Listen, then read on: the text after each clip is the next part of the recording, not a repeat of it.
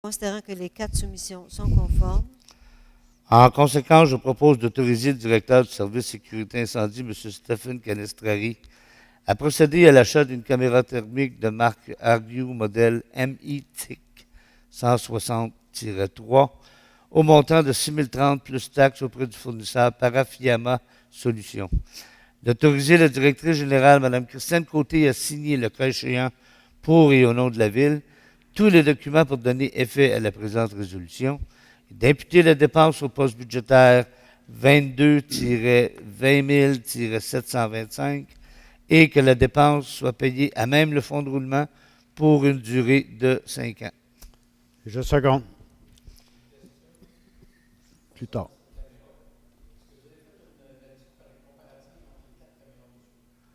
Entre une quoi? on ne l'a pas non plus. Là. Ouais, pour attendre la période de questions. Exact. On dit que les 4 soumissions étaient conformes. Donc, ils répondaient à notre devis. On n'a pas fait d'essai. On en achète une. De toute façon. Alors, on passe à l'item 7.4, achat de séchoirs à boyaux. Considérant que nous devons faire l'achat des séchoirs à boyaux pour la nouvelle caserne, considérant qu'un montant est déjà alloué pour l'achat des séchoirs à boyaux, considérant que celui que possède présentement le service est défectueux, considérant les 2 soumissions reçues, soit celle de CSE Incendie et Sécurité, au montant de 20 840 $ plus taxes, Aérofeu au montant de 35 000 $ plus taxes et transports, considérant que les 2 soumissions sont conformes. En conséquence, je propose d'autoriser le directeur du service sécurité incendie, M. Stéphane Canestrari, à procéder à l'achat de séchoirs à boyaux au montant de 20 840 plus taxes auprès du fournisseur CSE Incendie et Sécurité. Et cette dépense sera financée au règlement d'emprunt 1040-11. Et je seconde.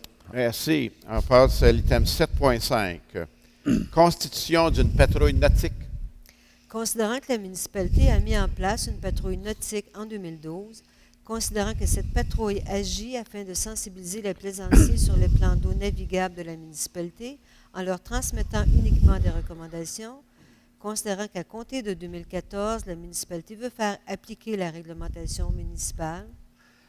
En conséquence, je propose que la municipalité procède à l'embauche de 2 inspecteurs municipaux pour la période estivale, agissant à titre de patrouilleurs nautiques. Que la municipalité demande au directeur de poursuites criminelles et pénales l'autorisation que ces patrouilleurs puissent délivrer des constats d'infraction au nom de celui-ci et d'autoriser la directrice générale, Mme Christiane Côté, à signer pour et au nom de la municipalité de Saint-Hippolyte les documents nécessaires pour donner effet à la présente résolution. Et je seconde. Merci. Alors, ça termine l'ordre du jour régulier. On passe à une période de questions, s'il vous plaît. Bonsoir. C'est moins une question qu'une requête que je veux déposer au conseil municipal de ce soir. Alors, j'ai supposé que tout le monde était là. Alors, je dis, Monsieur le maire, Madame conseillère et Messieurs les conseillers, le groupe Saint-Hippolyte refuse, désire ce soir déposer une requête citoyenne concernant l'installation des compteurs numériques par Hydro-Québec Distribution. Ce groupe, pour l'instant, comporte 60 signatures. Saint-Hippolyte refuse est un comité de citoyens désireux d'informer la population sur les risques associés à l'installation des compteurs à radiofréquence par Hydro-Québec Distribution. Le comité est formé de Guy Duchemin, moi, Denis Girard et Mme Rachel Cabana. Nous présentons donc la requête suivante. Considérant l'absence totale d'informations à sa clientèle sur les effets nocifs secondaires possibles des compteurs à radiofréquence de la part d'Hydro-Québec, considérant que des gouvernements de divers pays et villes remettent en cause ou rejettent carrément l'utilisation des compteurs à radiofréquence, notamment le Brésil, les villes de Londres, Boston et plus près de nous, Magog. Considérant que de plus en plus de citoyens et citoyennes s'opposent à l'installation des compteurs à radiofréquence, j'ai reçu ce matin une communication où nous avons maintenant 38 municipalités qui ont demandé un moratoire d'installation, ce qui regroupe 237 000 habitants. Considérant que la Charte québécoise des droits et libertés de la personne a priorité sur les règlements d'Hydro-Québec et de la Régie de l'énergie, notamment l'article 1, qui stipule que toute personne a droit à son intégrité. Considérant que selon les sources compétentes reconnues, il existe des doutes sérieux sur la non-dangerosité des compteurs à radiofréquence qu'Hydro-Québec est en train d'installer. Considérant que la décision initiale de la Régie de l'énergie ne concernait que la région métropolitaine de Montréal et que Hydro-Québec Distribution, dans un geste unilatéral, a faussement décidé que le Montréal métropolitain s'étendait jusqu'à Mont-Laurier. Considérant que notre conseil municipal désire une communauté axée sur le développement durable, un milieu où la qualité de vie passe avant tout, afin de transmettre l'héritage d'une municipalité propice à l'épanouissement de toutes les générations. Considérant que déjà, à travers la province, des centaines de personnes sont tombées malades suite à l'installation des compteurs à radiofréquence, et c'est documenté. Donc, nous, citoyens de Saint-Hippolyte, demandons à la municipalité de Saint-Hippolyte d'appliquer le principe de précaution et d'ordonner la cessation immédiate de l'installation des compteurs à radiofréquence sur son territoire. Nous, citoyens de Saint-Hippolyte, demandons à la municipalité de Saint-Hippolyte d'intervenir auprès du député de Rousseau, Nicolas Marceau, et de demander au gouvernement du Québec l'imposition d'un moratoire sur la dite installation des compteurs à radiofréquence.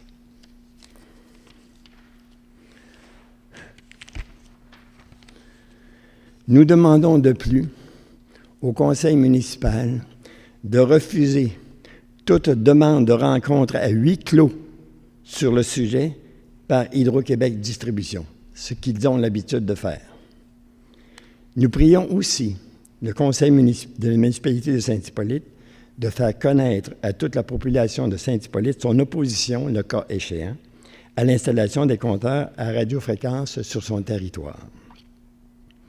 De plus, considérant que la Cour suprême du Canada a déjà confirmé le pouvoir des municipalités de passer des règlements pour assurer le bien-être général sur leur territoire,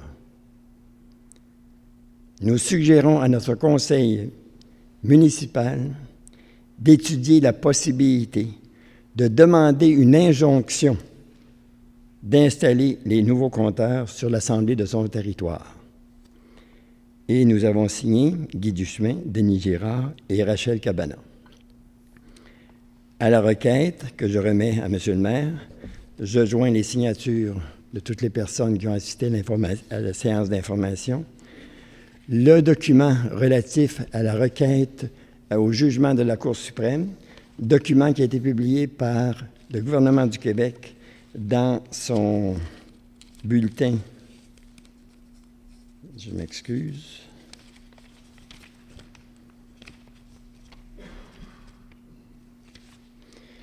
Dans son bulletin « Développement durable, environnement et parcs du Québec », c'est un jugement de la Cour suprême qui a été prononcé à la suite du dépôt d'une demande d'injonction de la part de la ville de Hudson relativement aux pesticides.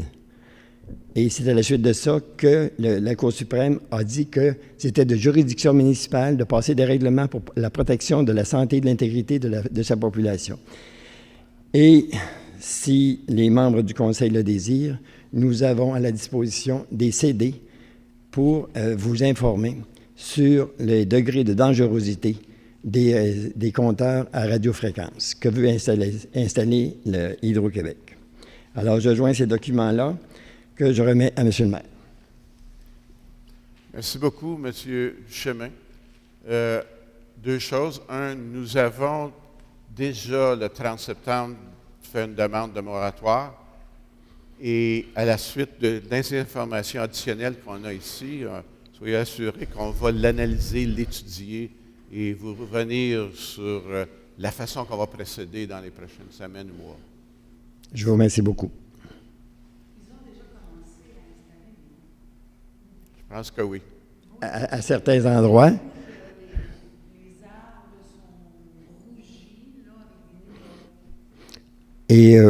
Et aussi, il y a aussi un fait, hein, c'est que ce que je n'ai pas souligné, c'est il y a le facteur économique.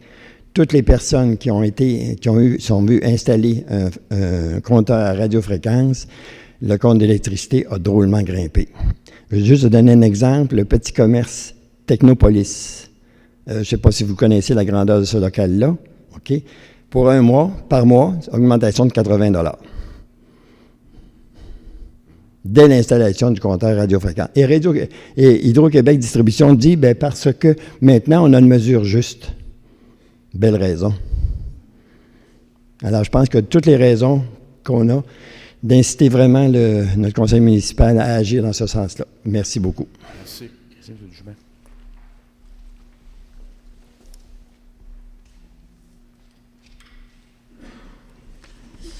Bonsoir, Nicole Chauvin. Encore bravo pour les tableaux. C'est très instructif. Ça s'en vient bien sur le chemin des hauteurs, la caserne des pompiers. Quand est-ce qu'ils vont pouvoir s'installer? Oui. Encore eux autres? Encore eux autres, oui. Oui. Presque.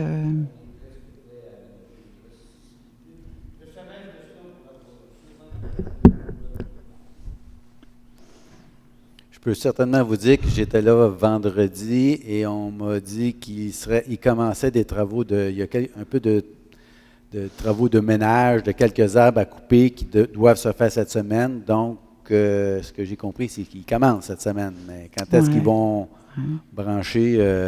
Certainement que j'ai appris qu'ils ont demandé à M. le maire d'appeler qui de droit pour essayer d'accélérer le processus.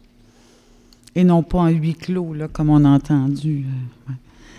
Et bon, puis l'autre construction majeure, la bibliothèque, ça s'en vient? Quand est-ce qu'on met les pieds dedans pour une ouverture? Vas-y. Hein? Oh, oui, c'est pas pour tout de suite le printemps. Hein? Alors, les travaux devraient être terminés au cours du mois d'avril. OK. Et après, déménagement, aménagement et nécessairement une ouverture, une porte ouverte et ouverture là, avec le ministre. Au mois de mai? Probablement. C'est un beau mois pour ouvrir une bibliothèque, c'est beau. Je pense que c'est tout. J'ai été prise par ce que M. Duchemin nous a... Je pense que... j'ai hâte en 2015, là, les bacs bruns, ça me parle, ça. Bravo. Merci. Bien, certainement, je peux rajouter pour les bacs bruns, en fait, j'ai oublié de mentionner tantôt, les bacs bleus, en ce moment, nous sauvent à peu près 40 000 $ par année en enfouissement. Ça coûte d'enfouir. Alors, chaque année, on sauve 40 000 $ et avec les bacs bruns, j'espère bien qu'on va faire la même chose. Si on pouvait sauver 80 000 par année, c'est beaucoup d'argent. Voilà, merci. Question au représentant de l'environnement. Est-ce que vous avez une opinion sur de plus en plus ce qui est annoncé, les toilettes à compost? Est-ce que ça peut être permis par la municipalité? Est-ce que ça peut exempter d'un champ d'épuration ou quoi? C'est trop technique, je ne peux pas vous répondre, mais certainement que notre service de l'environnement va vous répondre. Je vous invite à appeler au 563-2505. On va vous répondre. OK, merci. Alors, merci. S'il n'y a pas d'autres questions, levée de l'Assemblée. Allez-y. André Raymond du chemin du lac Conley. J'entendais tantôt beaucoup de règlements pour des réparations sur certaines de nos rues. Est-ce que ça inclut les réparations d'urgence? Dans le sens qu'il y a certains... Là, c'est certain qu'on n'est pas aidé par la météo qui joue au yo-yo, mais il y a certains endroits qui peut-être auraient besoin de réfection. Mais là, je ne sais pas si c'est une question parce que ça empiète sur le terrain de quelqu'un, mais ce ne sera pas long que quelqu'un va se ramasser dans un beau trou puis il va laisser son auto. Moi, je sais qui est là. Quand vous montez la côte sur le lac Conley, juste après le restaurant, vous prenez le virage. Là, il n'est pas apparent parce qu'en ce moment, vous avez un beau remblai de neige. C'est numéro 1, tout le monde se tient loin de ça. Mais au printemps, là, si le trou qui était là à l'automne s'est agrandi, je vous garantis que quelqu'un va laisser son char là. Je vous suggérerais, M. Raymond, d'en faire tout de suite un rapport au service des travaux publics. Correct. S'il n'y a pas déjà quelqu'un qui l'a fait. Oui, je ne sais pas. Je C'est vous pour ça que je dirais pose la question, comment est-ce qu'on... les nids de poules, comme on appelle, là, qui sortent communément au Mais non, printemps. non, l'asphalte est bonne. Ouais. C'est juste sur le côté, c'est qu'à un moment donné, il va arriver une pluie additionnelle ou un écoulement quelconque, puis là, on va perdre le côté. Oui, c'est vraiment au niveau de l'accotement, mais de cet endroit-là, il n'y a pas vraiment beaucoup d'accotement. Alors, je ne sais pas si c'est... Y a-t-il des inspections qui sont faites, Madame la directrice générale? Y a-t-il des inspections? Il passe ça tous les jours. OK. Vous allez regarder, je suis sûr.